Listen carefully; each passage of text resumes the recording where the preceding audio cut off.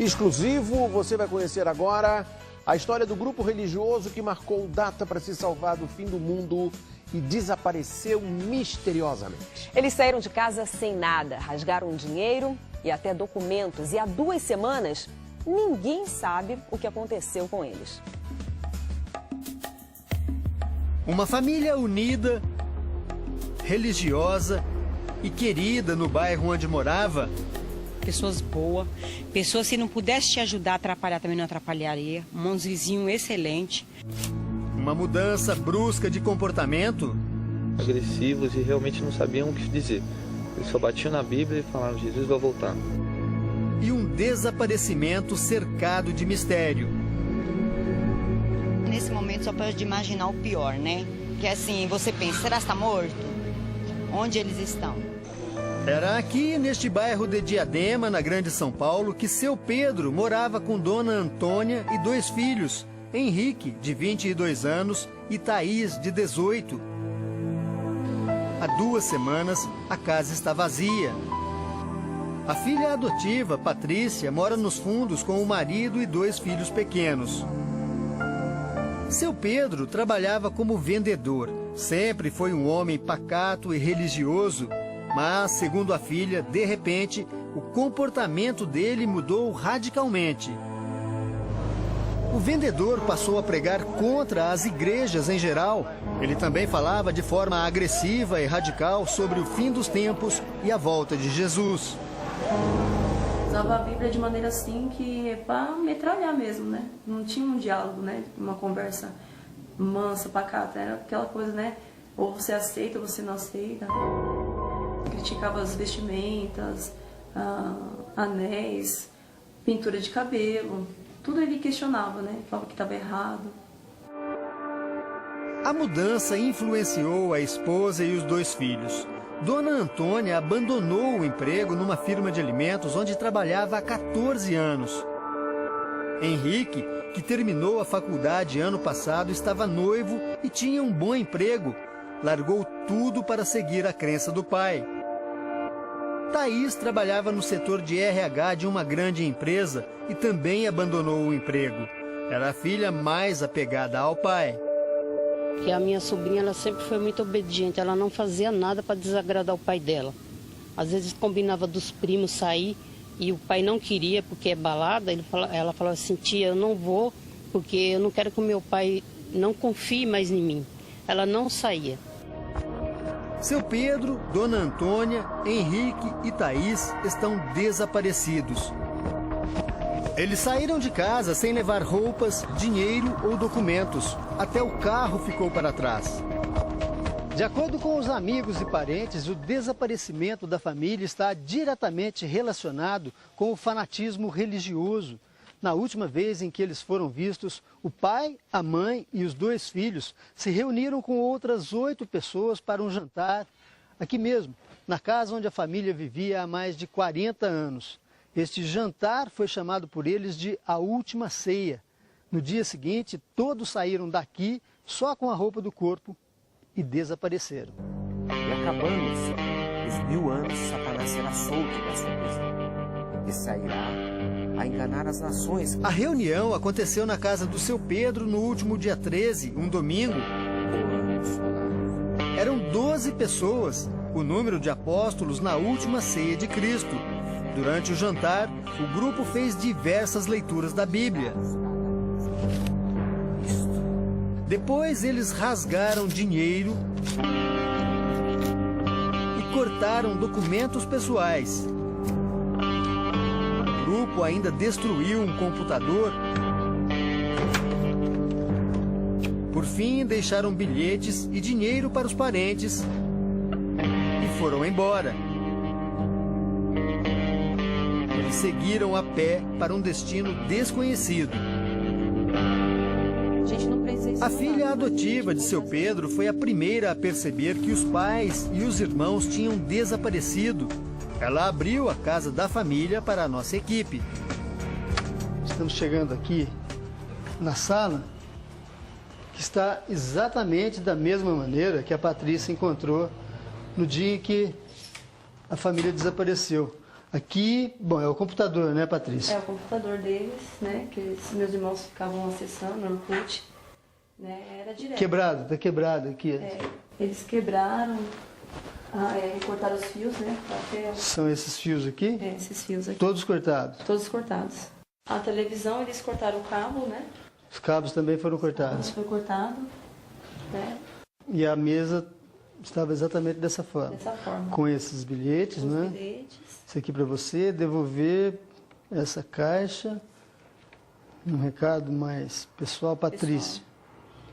Nós amamos vocês em Cristo Jesus. Carlinhos é seu esposo? Meu esposo. Matheus e Vitor são meus filhos. Carlinhos cuida dela, do Matheus e do Vitor. Deixaram dinheiro também junto com os bilhetes? Deixaram dinheiro, né, com um grampinho, mais ou menos uns R$1.100 reais. Aqui diz, tem R$600 para pagar água, luz e telefone. Isso, esse valor foi dado para mim estar pagando as contas, né? Entre os bilhetes, papéis com anotações de versículos da Bíblia e um ideograma do calendário hebraico. Através do calendário hebraico, que eles falaram que teriam mais ou menos a conta de que Jesus estaria voltando nesse dia 14, às 2 horas da tarde. Amigos e parentes acham que a família foi influenciada por 3 pregadores, Giovanni, Márcio e Roberto, suposto líder do grupo. Esse Roberto, ele entrou nessa família, ele acabou com essa família. Ele não pensou nas 2 crianças que estão aí, ele não pensou na filha dela que ficou, tá entendendo? Ele mexeu com a cabeça de todo mundo. Os documentos foram cortados em pedaços bem pequenos. Mostrar a identidade de cada um dos desaparecidos é como montar um quebra-cabeças. Então, a questão é, será que desapareceram ou não desapareceram, né? Para esta psicóloga, a família estava num momento de incerteza e fragilidade. Por isso, foi convencida a abandonar tudo. Quanto mais fragilizado você está, mais predisposto também a seguir alguém que pareça te mostrar uma realidade, né? Uma realidade que te convença. Olha, você vai desaparecer, mas você reaparecerá daqui a 1000 anos. Era aqui, na Praça da Sé, no centro de São Paulo, que Roberto, Márcio e Giovanni se revezavam nas pregações. O tema era sempre o mesmo, o arrebatamento. Só que para eles, esta profecia tinha data e hora marcadas para acontecer. E agora estou... Este teólogo explica que o arrebatamento é uma profecia bíblica. O arrebatamento é uma profecia que Cristo faz aos seus seguidores, que da mesma maneira como ele foi assunto no céu, ele voltaria para vir buscar a sua igreja. Óbvio, a sua vinda para buscar a sua igreja, ela seria precedida de alguns eventos. Mas ele explica também que não existem referências na Bíblia sobre datas para o arrebatamento. Quanto à datação da minha vinda, não vos convém saber nem os tempos, nem as estações que o Pai, no caso Deus, estabeleceu pelo seu próprio poder. Ou seja, não nos compete, não é da nossa alçada saber o dia, a hora, quando, como, em que circunstâncias essas coisas vão acontecer. Já é extrapolar os próprios limites da fé. Na Praça da Sé, os 3 pregadores não conseguiram convencer ninguém. Mas encontraram em Diadema uma família inteira que acreditou neles. E eu não sei se é seita, eu não sei se é satanismo, o que é isso, a gente ainda não descobriu, mas tiraram eles do caminho da verdade e levaram para o caminho da mentira. Além dos 4 membros da família de seu Pedro e dos 3 pregadores, havia uma outra família no grupo que esperava o arrebatamento. O irmão de seu Pedro, José Carlos, a mulher dele, Valcilene, e os 3 filhos, Carla, Rubens e Moisés. Carla e Rubens participaram do jantar e se lembram de tudo o que aconteceu. O Roberto falava para eles se levarem do CPF, que ele falava que era a marca da besta, e os documentos deles, que prendiam eles na terra. Aí eles rasgaram tudo. Meu tio quebrou as coisas lá em cima, rasgou dinheiro. Eles falaram que eles iam ser arrebatados, né? Que eles iam sair andando, que quando desse 2 horas Jesus ia tirar eles da terra, que havia um anjo materializado e ia tirar eles da terra. Mas para esta família, a caminhada de destino incerto durou pouco. No meio do caminho, Valcilene resolveu voltar com os filhos para casa. O marido seguiu em frente. Estava levando muito a sério aquilo. Até que eu perguntei, quer dizer que vocês vão mesmo embora? Vamos, nós vamos se desligar. Não faz mais parte desse mundo. Eu falei, isso aqui vai dar polícia. Eu falei, eu tô com criança. Isso não vai ficar bem pro meu lado. A minha esperança eu ia trazer eles de volta. Né? Eu falei, quando as crianças estiver passando fome, sede, ele vai voltar. Rubens, de 13 anos, diz que durante o jantar estranhou o comportamento do primo, Henrique, e não se esquece de algumas palavras ditas por ele. Ele sempre olhava assim pra gente, vai ser amanhã. Amanhã a gente vai pra Glória, né? E eu cheguei a ouvir que ele disse, se eu não for, eu posso chegar a me suicidar. Vocês, por favor... Carla diz que o pai deixou uma pista do lugar onde ia aguardar o arrebatamento. O meu pai falou assim que ele ia pegar Fernão Dias, que lá tinha várias curvas, que ia ser mais fácil dele ser arrebatado. Eu não sei se ele seguiu esse caminho. Mostrar também na vida que nos fins dos tempos as águas vão escoar, né? Que muita como já foi previsto na Bíblia, só que mais vai ter. E nem foi nada disso, né? Foi um erro do...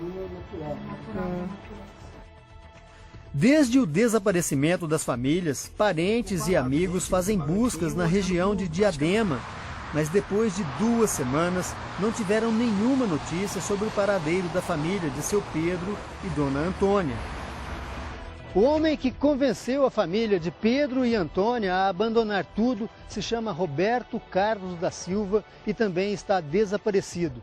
Ele era dono de uma gráfica neste bairro em Diadema, mas deixou tudo para trás, inclusive algumas dívidas para a mulher e os 3 filhos. Por isso ninguém da família aceita falar sobre o assunto. 2 boletins de ocorrência foram registrados nesta delegacia de Diadema. A mulher de Roberto foi ouvida pela polícia. Neste relatório, ela conta que o marido teve o mesmo procedimento do restante do grupo, rasgou dinheiro e cortou todos os documentos pessoais. Por enquanto, a polícia só tem uma linha de investigação. Aconteceu alguma coisa, está com o desaparecimento. O que aconteceu com a família de seu Pedro? Onde está José Carlos? E onde estão os 3 pregadores que convenceram o grupo a abandonar tudo? 8 pessoas, 8 desaparecidos. Para os amigos e parentes, por enquanto, a espera é feita de angústia e incerteza. Como a gente gosta muito deles, tem um apreço imenso, a gente nunca quer pensar no pior. A saudade é muito grande, né? Nosso pai, tio, tia, prima, todo mundo, né? As crianças precisam de um pai para acompanhar na escola, em tudo. Mas afinal, o que levou essas pessoas a acreditar que 2011 é o ano do fim dos tempos e que poderiam ser arrebatadas por uma força superior com dia e hora marcados?